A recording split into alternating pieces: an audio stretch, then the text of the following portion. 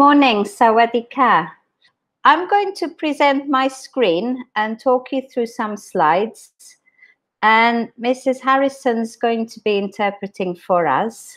So today's session is going to be looking at emotional growth. And emotional growth is about how do our children develop emotionally? How do they learn to deal with their own emotions? How do they grow and develop in themselves, in their interactions with others, in their interactions with parents? How do they deal with solving problems? So you may be wondering, why is this important? You know, as parents, we tend to focus on, we want to make sure our children are well behaved. We want to make sure they get good grades. But we really want to be looking at a more holistic approach. So what we're going to talk about today are social emotional skills. So they're not just about emotions, they're about social skills as well. And these skills helps us to gain confidence, to make friends and keep friendships, resolve conflict, manage stress and anxiety, and feel empathy. Skills that children start developing from very early on. So from as soon as they're born, throughout the rest of their lives, they can start learning these skills and keep developing them. So it's important to give them the foundation so they can start developing this and they can carry this throughout their lives. So some examples of social emotional skills and how we use them, you can see it in this picture here. So these skills are useful for self-management. So how do we manage our emotions? And we call this self-regulating ourselves. So, when we're having a meltdown, when we are angry, when we are stressed, or when we are sad, how do we manage our emotions so that we can function? Social awareness, so understanding social awareness and having empathy for others. Empathy is really important in building relationships, in understanding ourselves and being able to understand others. So if we lack empathy, it makes it very difficult for us to be in the social world, to be making friends, to be in relationships. So teaching our children to develop empathy for others is extremely important. Social and emotional learning also helps us to develop our relationship skills. So how do we form relationships?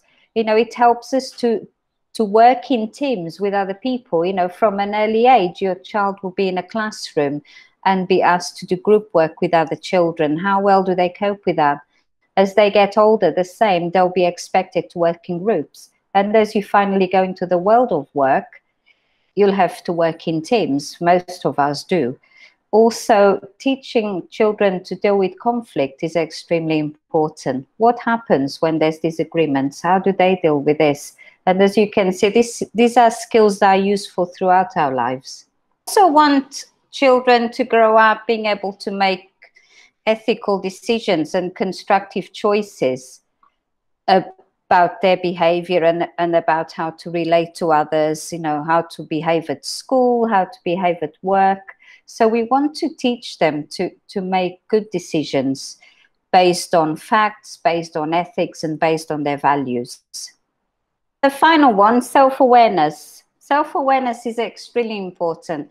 Being aware of ourselves, being aware of our emotions, of our thoughts, of our values. This is really, really useful to develop good self-esteem and good self-worth. It helps us to become aware of our strengths and to become aware of the things we find difficult to cope with. So the development of self-awareness is really something we want to foster in our children as they grow up. They can use it throughout their lives as well. So basically, developing social and emotional skills will help your child's confidence and help them succeed in school, work, and life. So these are lifelong skills. It will build their confidence and self-esteem, their problem-solving abilities. It will make them more resilient as well and able to build healthy, happy relationships.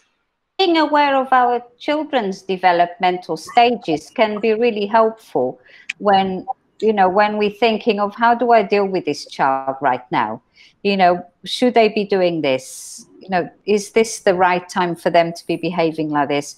So learning a little bit more about their stages can be very helpful for us in terms of how we respond to them. So if you're telling a 2-year-old you need to share your toys, they will not understand that because they don't understand the concept. So, you know, it's when they get older that they can understand that. So that's just an example, but understanding where they are in their development is really, can be really helpful for us, so we know how to respond to them. And at the end of the presentation, there's a list of resources, and there's a very good website I've put in there where you can access, you know, more information on each developmental stage. So here are some tips. So children learn by watching us. So we need to be their model. So we need to model the emotions and behaviors that you want your child to have. So, you know, if you hit them or you shout at them, that's how they will learn to deal with things. That's how they will learn to deal with their emotions and their problems. If you sit with them and go through the problem with them and help them to think it through, they will learn to do that. It's a couple of examples. Also in the resources, there's some links to books you can read to your child. There's lots and lots of age-appropriate books that are very good for social emotional learning. Talk to your child about different situations and how the person might be feeling. You can do this when you watch a cartoon or when you watch something on TV or something they're doing on their computers or phones.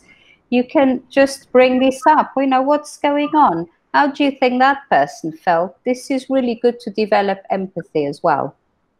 Next one, encourage them to try new things.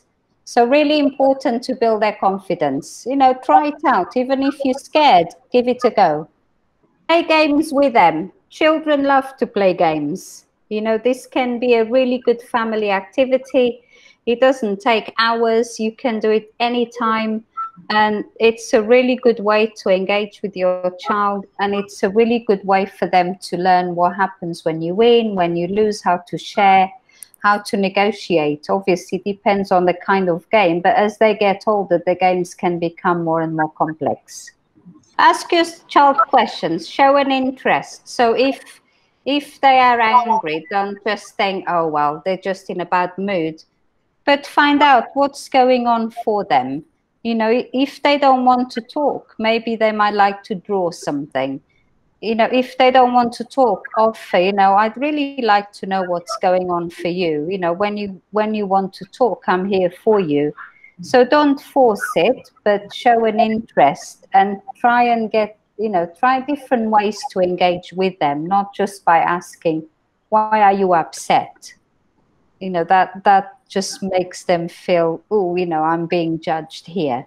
So just show an interest and try and be curious. Children spend a lot of time on screens, and so do adults. You know, that's the reality of today's lifestyles. And they will be at home, probably playing games at some point or another. They probably will be using a screen. It's not recommended that you let them use a screen before they're 18 months old, if you can help it. And, you know, if they are on their screens, don't just assume, oh, you know, they're on their screens, I don't have to engage with them. You can still engage with them. You can ask questions about what they're doing, what game they're playing, maybe find a game you can play together. So this is about creating engagement with your child and being present with them. I have another one of these for you to do. So the example, I want to know, how would you respond? So you've gone out shopping with your 4-year-old and he wants you to buy him a chocolate. Now, whatever the reason, you say no, and he throws a huge tantrum in the shop. So I want you to think about, imagine being in this situation. I think most of us probably have been in this situation. What would you do? Oh, we can't see. Okay. Some fruit. Okay. Uh-huh. Oh, so you would try and reason with him. So you'll need to cut out pieces of paper, and on each piece of paper write an emotion on. So talk to your child about what emotions they want to write. So it could be sad, happy, excited, frustrated, or if your child's very young, you can draw little emojis, you know, a smiley face or a sad face or an angry face. So explaining emotions to children can be complicated, especially if they're young. So this helps you and your child to communicate your emotions in a in an easier manner, rather than to try and explain it. So maybe some things happen and they can go and get one of the emotions and choose however they're feeling and put it in the jar, as an example. So you can do this at home with your children. And the next one, it's something you can make at home as well. So you can create your own emotion meter. So this is what you have access to and you can print. So you cut out these strips, 2 strips, and you cut out this frame, and the frame slides along the strips to show the different faces. And on each face, you draw an emotion. So it's up to you to decide which emotions you will draw. So it can be sad, excited, angry, happy. And then you can use this frame to show how you are feeling at the time. So you slide it along. Thank you so much, Miss Costa. It's been a fantastically informative presentation. Thank you. To all our parents who have joined us. It was wonderful to see so much interaction, and we hope that you found this session useful. Links, we will be putting the presentation up and the recording of this session onto the Primary Parents website a little later. So if you did join us midway, you can catch up on the beginning of the presentation on the website. And there are also links on the websites to those activities. So if you wanted to print out that sheet with the frame and have a go at doing that with your children, that's all on the Primary Parents website as well.